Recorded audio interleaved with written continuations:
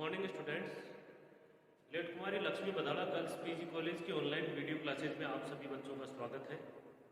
देखो, आज अपन BSc third year की फिजिक्स के बारे में चर्चा करते हैं। बीएससी थर्ड ईयर में फिजिक्स के 3 पेपर हैं।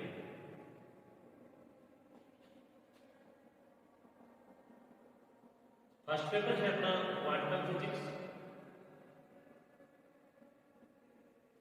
जो 33 मार्क्स का है। सेकंड पेपर है अपना न्यूक्लियर फिजिक्स, जो भी 33 मार्क्स का है। थर्ड पेपर है अपना सॉलिड स्टेट फिजिक्स, जो 34 मार्क्स का है। टोटल 100 मार्क्स का वेटेज है। 50 मार्क्स का अपना प्रैक्टिकल, 150 वेटेज के रूप में भी एग्जाम्स होती है। तो देखो, क्वांटम फिजिक्स 19वीं सदी के बाद की फिजिक्स है। नाभिकीय भौतिकी और ठोस अवस्था भौतिकी, क्वांटम भौतिकी, नाभिकीय भौतिकी और ठोस अवस्था भौतिकी। आज अपन सबसे पहले जो है नाभिकीय भौतिकी स्टार्ट कर रहे हैं, और नाभिकीय भौतिकी की यूनिट फर्स्ट। तो देखो, नाभिकीय भौतिकी इसके नाम से स्पष्ट है। नाभिकीय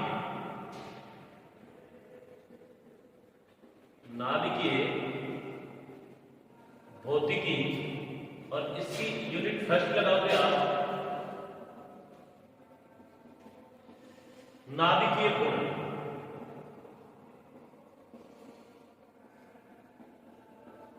नाभिकीय गुण, न्यूक्लियर प्रॉपर्टीज जो अपन पढ़ेंगे। और अपना टॉपिक है नाभिक। न्यूक्लियस जो है अपना टॉपिक है। देखो, नाभिक होता क्या है, किसे कहते हैं। सर्वप्रथम नाभिक की खोज रदरफोर्ड ने की,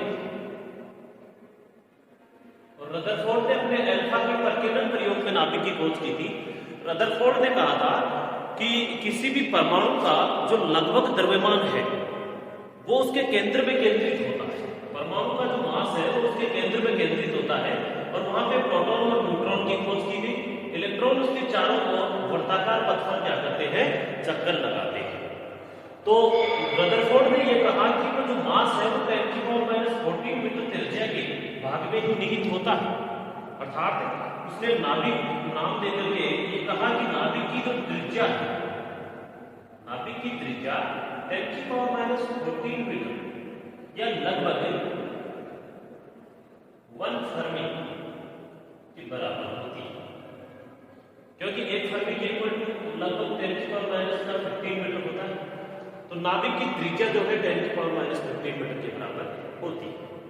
और देखो, नाभिक की संपूर्ण व्याख्या जब होती है तो परमाणु की व्याख्या कर पाएंगे, और किसी भी एटम की कंप्लीट व्याख्या करने के लिए अपने लिए आवश्यक है कि न्यूक्लियर जो प्रॉपर्टीज है वो अपने को पढ़ना जरूरी है। तो आज का अपना टॉपिक भी अब आगे का यही है, न्यूक्लियर प्रॉपर्टीज, नाभिकीय गुण। तो इसी टॉपिक में आगे लिखेंगे आप कि नाभिक के अध्ययन के लिए, संपूर्ण अध्ययन के लिए इसके गुणों का अध्ययन करना आवश्यक है, जो निम्न है। तो देखो, इसकी टोटल जो है 9 जो प्रॉपर्टीज है वो है द्रव्यमान संख्या, कैपिटल ए से डिनोट करते हैं इसे। द्रव्यमान संख्या यानी कि मास नंबर जो है वो डिपेंड करता है किसी पार्टिकल के प्रोटॉन और न्यूट्रॉन्स की संख्या के ऊपर, जिसे अपन न्यूक्लियॉन संख्या भी कहते हैं। सेकंड जो है अपना है परमाणु क्रमांक, या इसे चार्ज नंबर भी कहते हैं, आवेश संख्या भी कहते हैं। आवेश संख्या इसे कैपिटल जेड से डिनोट करते हैं। थर्ड जो है अपना है द्रव्यमान, कैपिटल एम से डिनोट करते हैं। किसी भी पार्टिकल का मास कितना है वो डिपेंड करेगा प्रोटॉन, न्यूट्रॉन और इलेक्ट्रॉन्स के मास पर। ज्यादातर तो प्रोटॉन और न्यूट्रॉन्स के मास के ऊपर किसी परमाणु का मास डिपेंड करता है। फोर्थ है अपना त्रिज्या, रेडियस जो है, जैसे हीलियम, हाइड्रोजन, लिथियम, प्रत्येक जो परमाणु है उनके अंदर नाभिक की रेडियस तो फिक्स है, लेकिन किसी भी परमाणु के नाभिक की रेडियस अगर पूछी जाए तो वो प्रोटॉन न्यूट्रॉन्स की संख्या के आधार पर अपन कैपिटल आर जो है वो की अध्ययन करेंगे।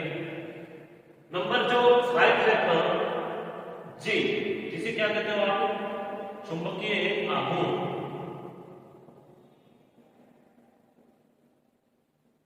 चुंबकीय आघूर्ण जे, देखो जिसे स्पिन भी कहते हैं अपन।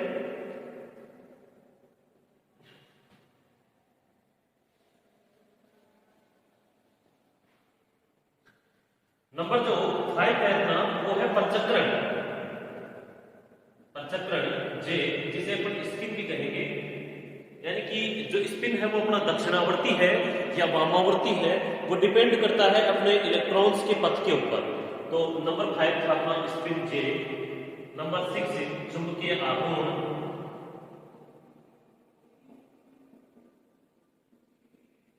म्यू। नंबर जो 7 है अपना संभारित पंचकरण, जिसे आई से डिनोट करते हैं। नंबर 8 तरंग फलन की पैरिटी या चतुर्ध्रुव आघूर्ण भी आता है, जो आप फर्स्ट ईयर की ईडी में भी पढ़ते आए हो। चतुर्ध्रुव, विद्युत चतुर्ध्रुव आघूर्ण, विद्युत चतुर्ध्रुव आघूर्ण, क्वार्टर मोमेंटम, यानी कि जिसे अपन क्यू से डिनोट करते हैं, कैपिटल क्यू से। लास्ट जो है अपना 9 नंबर पे नाभिक के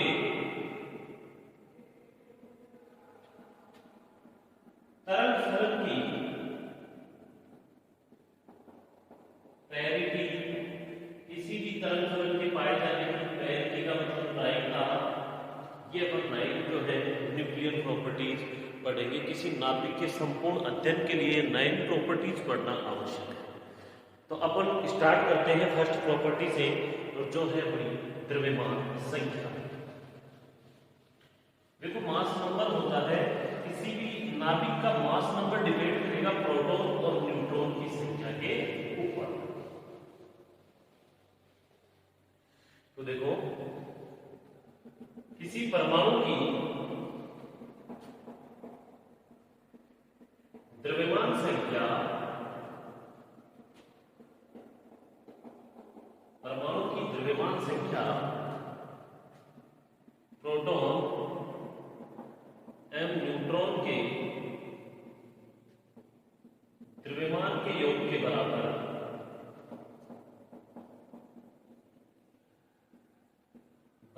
होती है। या अपन इसे डायरेक्टली कह सकते हैं कि किसी नाभिक की या परमाणु की जो द्रव्यमान संख्या है वो न्यूक्लियॉन संख्या के बराबर होती है। न्यूक्लियॉन जो संख्या होती है वो किसके बराबर होती है, प्रोटॉन व न्यूट्रॉन की संख्या के बराबर। कैपिटल ए इक्वल टू क्या होता है, पी प्लस एन। और जो नॉर्मल जो परमाणु होते हैं उनके लिए इसके मान में कोई चेंज नहीं होता है, लेकिन कोई पार्टिकल है, कोई कण है और उसका एंटी पार्टिकल अगर ज्ञात किया जाए, जैसे इलेक्ट्रॉन कण है और इसका पार्टिकल जैसे पॉजिट्रॉन है, तब ये संख्या में क्या हो जाता है, चेंजेस हो जाते हैं। प्रतिकरणों के लिए संख्या में क्या हो जाएंगे, चेंजेस हो जाएंगे।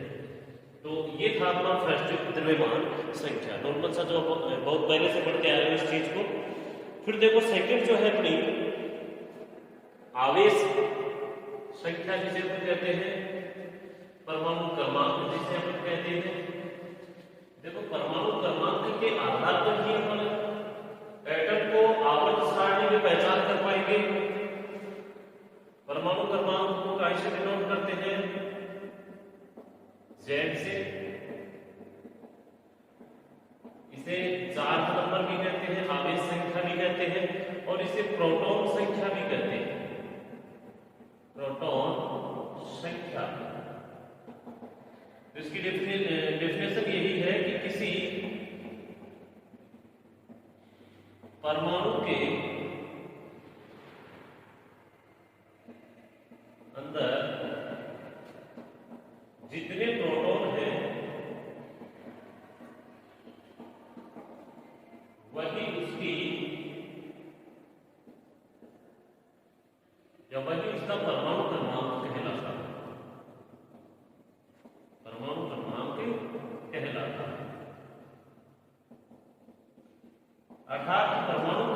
के आधार पर ही परमाणु की आवर्त सारणी में व्याख्या की जाती है, अर्थात परमाणु क्रमांक के आधार पर ही परमाणु की आवर्त सारणी में व्याख्या की जाती है, अर्थात Z इक्वल टू क्या कहोगे, P के बराबर होता है।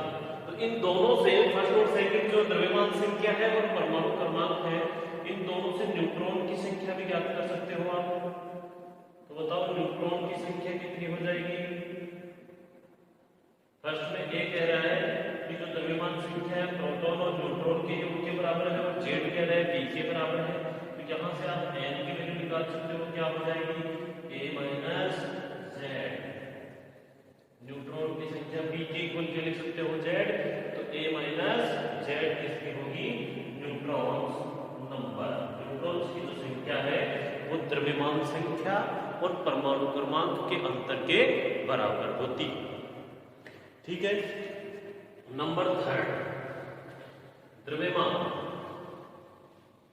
देखो द्रव्यमान क्या होता है, मास जो होता है वो उस पार्टिकल का प्रोटॉन और न्यूट्रॉन के द्रव्यमान पर डिपेंड करता है।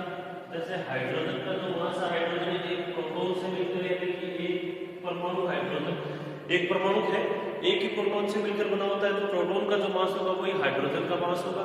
तो इसके अंदर लिखो एक परमाणु का थर्ड नंबर मास, एक परमाणु का लगभग संपूर्ण द्रव्यमान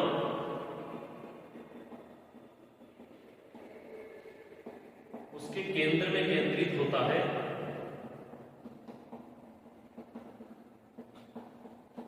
उसके केंद्र में केंद्रित होता है,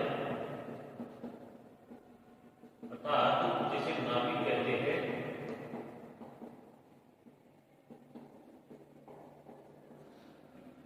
जिसे नाभिक कहते हैं, अतः द्रव्यमान प्रोटॉन एवं न्यूट्रॉन की संख्या पर निर्भर करता है। द्रव्यमान का जो मापन है वो द्रव्यमान स्पेक्ट्रोग्राफी के द्वारा किया जाता है। द्रव्यमान स्पेक्ट्रोग्राफी के द्वारा द्रव्यमान का मापन किया जाता है। ठीक है। और देखिए द्रव्यमान का मात्रक क्या होता है। द्रव्यमान का मात्रक द्रव्यमान सहती, आपने पहले भी सुना होगा, द्रव्यमान सहती मात्रक जिसे एटॉमिक मास यूनिट AMU से प्रदर्शित करते हैं, या द्रव्यमान सहती मात्रक होता है। द्रव्यमान का मात्रक ये हो गया, पॉइंट्स के रूप में भी इसे लिख सकते हो आप। द्रव्यमान का मात्रक द्रव्यमान सहती मात्रक होता है, एटॉमिक मास यूनिट जो होता है। फिर देखो द्रव्यमान के लिए, जैसे आपको पता है एक AMU की वैल्यू कितनी होती है, कार्बन 12 परमाणु का जो द्रव्यमान होता है, परमाणु का द्रव्यमान अपॉन 12, यानी कि C12 परमाणु के, दिख रहा होगा यहाँ, परमाणु के द्रव्यमान का 1/12वां भाग एक AMU कहलाता है। एक AMU कहलाता है। फिर आप देखो, अगर इस कार्बन 12 परमाणु की संख्या अगर मोल में निकालना चाहो तो उसे क्या कर दोगे, अवगाद्रो संख्या से मल्टीपल कर दोगे।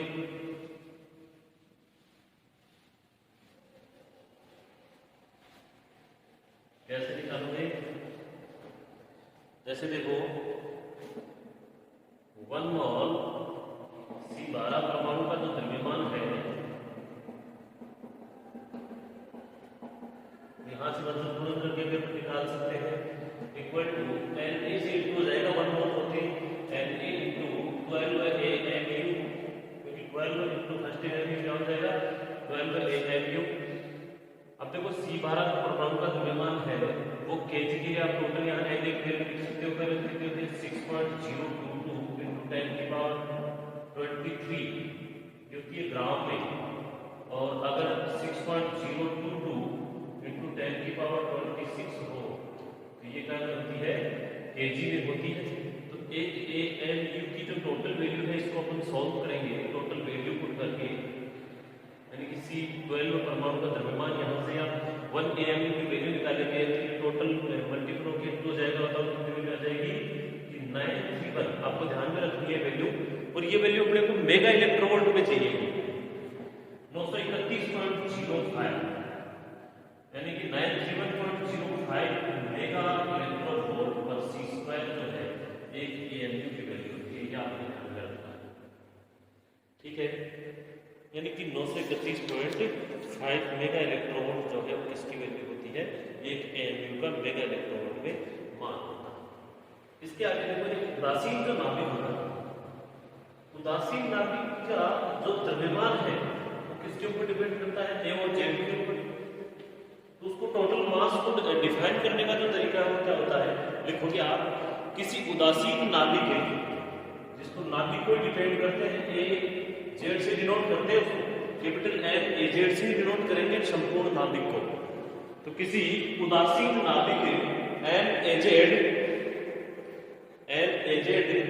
का मान नाभिक के द्रव्यमान NAZ, कैपिटल NAZ ओनली नाभिक का द्रव्यमान, वह इलेक्ट्रॉन का द्रव्यमान Me तथा बंधन ऊर्जा B of Z पर, बंधन ऊर्जा B of Z पर निर्भर करता है।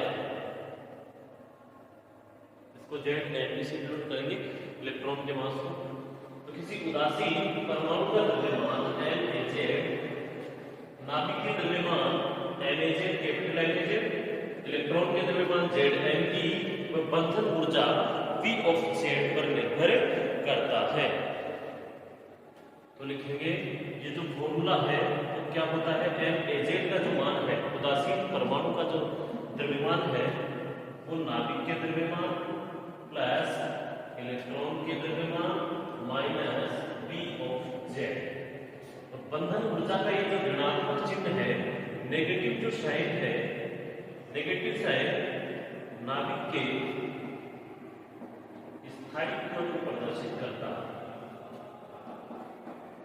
स्थायित्व को प्रदर्शित करता है।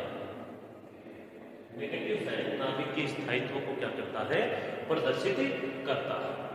तो ये अपना था द्रव्यमान मास। आगे का अपना टॉपिक क्या है, त्रिज्या।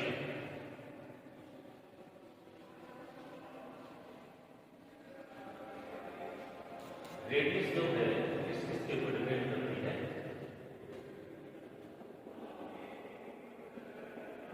त्रिज्या कैपिटल R।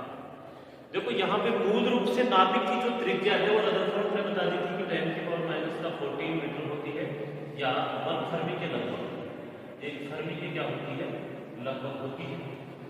तो देखो नाभिक की त्रिज्या का जो मापन है वो 4 प्रैक्टिकल के द्वारा यहाँ पर अपन पढ़ेंगे। नाभिक की त्रिज्या का आकलन फर्स्ट, जो न्यूट्रॉन्स होते हैं, न्यूट्रॉन्स की अल्फा कण प्रकीर्णन जो आपने पढ़ाई होगा प्रयोग न्यूट्रॉन्स के लिए, एक रदरफोर्ड प्रकीर्णन प्रयोग इसे कहते हैं, दूसरा होफस्टाडर प्रयोग पढ़ेंगे। तो ये टोटल जो है 4 प्रयोगों के द्वारा इस त्रिज्या का आकलन करेंगे। तो लिखोगे आप कि नाभिक की त्रिज्या सर्वप्रथम रदरफोर्ड ने अल्फा कण प्रकीर्णन प्रयोग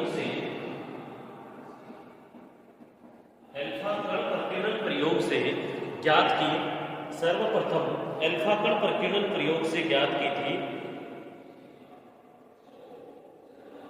इसके बाद में नाभिक की त्रिज्या का आकलन निम्न चार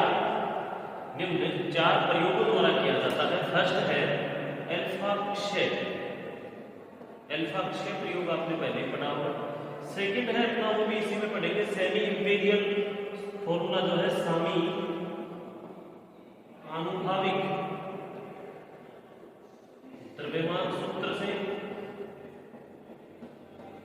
सेमी इंपीरियल फॉर्मूले से, अल्फा विषय प्रयोग से नाभिक की त्रिज्या का आकलन करेंगे। थर्ड जो है भारी जो न्यूट्रॉन्स जो है, न्यूट्रॉन्स की किसके ऊपर, तीव्र गति के न्यूट्रॉन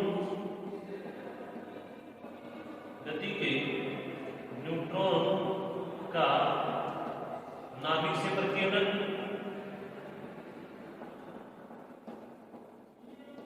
और फोर्थ जो पढ़ेंगे वो है अपना तीव्र गति के इलेक्ट्रॉन्स का नाभिक से प्रकीर्णन, और जिसका दूसरा नाम भी है, इसे हॉफस्टेडर प्रयोग भी कहते हैं। हॉफस्टेडर प्रयोग, हॉफस्टेडर प्रयोग जो है वो उसके द्वारा भी अपन नाभिक की त्रिज्या का आकलन करेंगे। तो अपन ने अल्फा से, सामी आनुभाविक द्रव्यमान सूत्र से, और तीव्र गति के जो अपने इलेक्ट्रॉन्स हैं, तीव्र गति वाले जो न्यूट्रॉन्स हैं, न्यूट्रॉन्स से नाभिक की त्रिज्या का आकलन करेंगे। और इसके बाद में तीव्र गति के न्यूट्रॉन और इलेक्ट्रॉन दोनों के बारे में चर्चा करके, और लास्ट है अपना हॉफस्टेडर प्रयोग, जो इलेक्ट्रॉन के नाभिक से प्रकीर्णन को ही कहते हैं। इनके द्वारा नाभिक की त्रिज्या का आकलन अपन पढ़ेंगे नेक्स्ट वीडियो में। आज के लिए इतना ही। Thank you all students.